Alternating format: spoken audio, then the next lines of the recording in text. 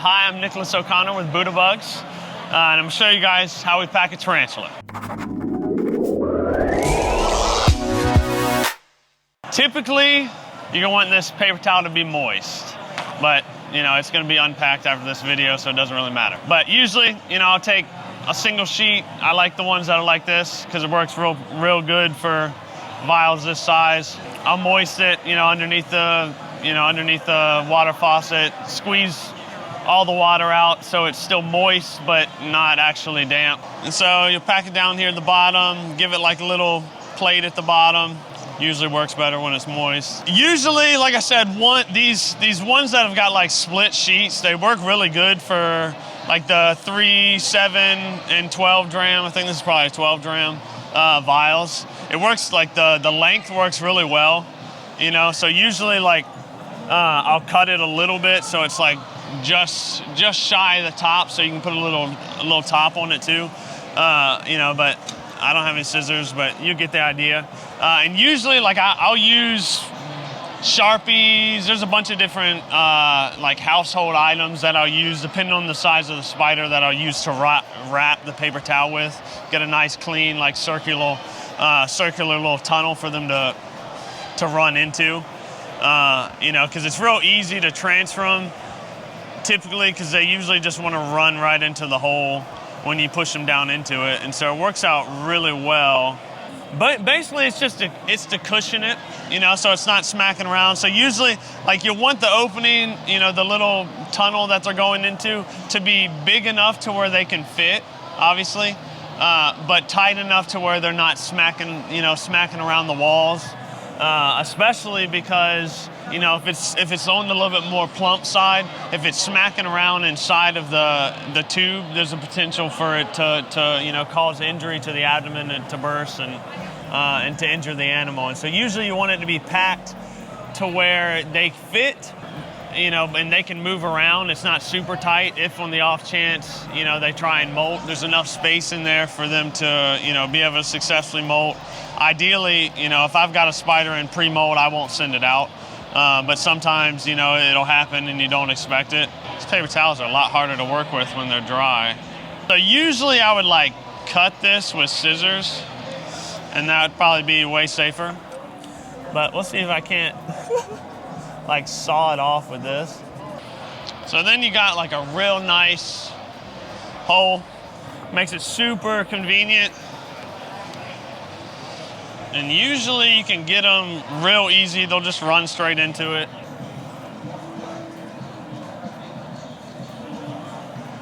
Seriously?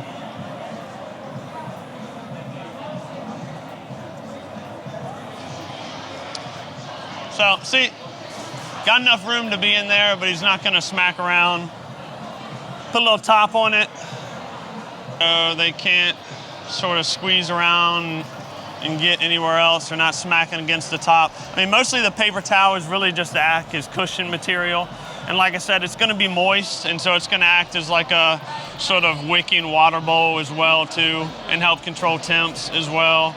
And then typically I'll take like some black electrical tape, and I'll always run it around the top just on the off chance you don't want the top to pop off and then they'll be running around the box or something like that. So it's easy, packing the spider's easy. A lot of the times, especially slings, they're pretty cooperative. Sometimes some of the larger legged animals will fight you to get into the hole, but usually they'll run right in like that. They see it as a burrow. It's basically like a hide for them, and so you just nudge them, they'll run right into it. They love it. And so I'm real particular about the way I pack. I really don't want stuff to be shaking around. I want to make sure the customer gets the animal alive. And so I'll usually, add a little bottom piece into the box. I'll seat the animal in it, and then I'll absolutely slam it full of packing material. Usually it's going to be a lot more than this. I'll usually use paper towels because I like how pliable they are. Lets me, especially when there's multiple animals, I'll arrange them in the bottom and I'll shove different pieces of paper towel in between them so that no one is, moving in any direction at all. And then I'll absolutely pack the box full of packing material. It's unfortunately kind of wasteful and pretty expensive since I use nice paper towels. But and then, once it's, absolutely packed full of packing material, I'll put, whatever the heat pack, phase pack, whatever sort of temperature control device I'm using, I'll put it at the top. Usually for like a single spider setup like this, I would use a 6x6x6. This is a 7x7x7.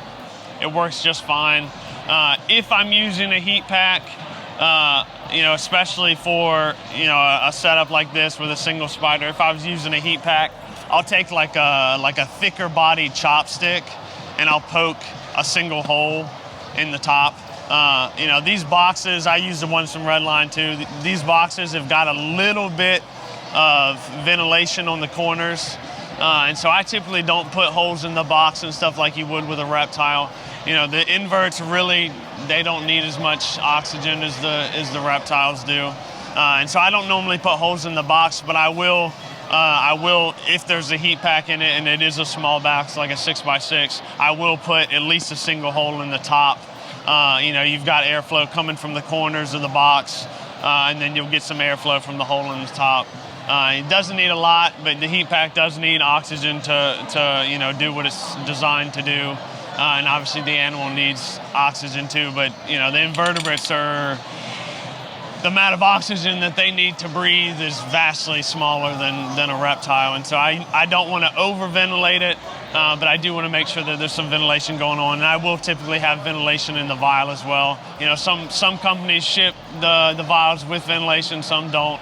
I normally will put like 3/8 of an inch holes in the vial just to make sure there's some circulation going there. It's whether or not it's necessary really could be debated, but I like to do it anyways. But it's real straightforward.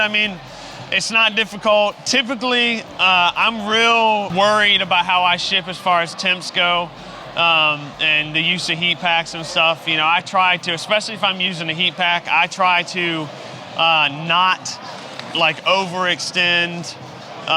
Like I'll put, like in this setup, I probably could have put, 5 or 6 of these vials in here. I normally don't want to stack it more than one high. I try to keep the animal as far away from the heat pack as possible. And that's another reason that I pack it with so much packing material in between the animal and the heat pack. Because all you're really wanting to do is raise the ambient temperature of the box. You don't want them to actually be getting heated. And so I try and leave a large amount of space in between that. So there's no contact with the animal at all. And then obviously if I'm shipping something bigger or more animals, I'll put it in a bigger box. Inverts are a little bit better than the reptiles. I ship a bunch of packages. I never have DOAs. And so, the sort of suggested box size that you'll see a lot with the reptiles it doesn't really hold true with the inverts. But you do want to be mindful of the location of the heat pack and the location of the animals. But you can definitely ship with a heat pack in a smaller box for the inverts and not have any real concerns about DOAs like you would with a reptile. You just have to, keep it in mind. And I personally prefer to use the 72-hour heat packs. They're bigger, but the real reason that I use them is the peak temperature is lower. And so I try to keep stuff like that in mind. The peak temperature, they last longer, if it does get delayed, but I've never had a package delayed more than one day. If it does, it'll usually stay another night in Memphis or Indiana, and I've never had an experience other than that, but it is possible it could last longer. And so it's better to have a heat pack that's gonna last longer if it does get delayed. But then, like I said, the biggest issue for me is that peak temperature is lower on the 72-hour heat pack, and I think that's important, especially when you're shipping in a smaller box. I know most people do use the 40-hour, and it works fine. I'm not knocking the 40-hour at all, and that would still work in the smaller box just as fine. But I do think having that lower peak temperature and they're only slightly more expensive. And so I think it's worth it. Just a little bit more wiggle room on how hot the box may end up getting. And so, yeah, it's easy. it's a lot easier than packing reptiles, I think, because you can get away with a smaller box, and so the shipping price is going to be cheaper. And so I think that's nice. Yeah, so that's how you ship, a tarantula.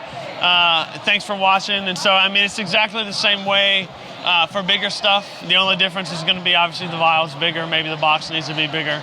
But I think this is sort of like the industry standard of shipping tarantulas. So, I mean, this is the way to do it. Thanks for watching. All live packages must meet the Redline shipping standards, which include temperature guidelines and heat pack use guidelines. Misuse of heat packs is the #1 cause of DOAs in live shipping. Find all the guidelines and Redline shipping standards on our site, and don't hesitate to contact us with any questions.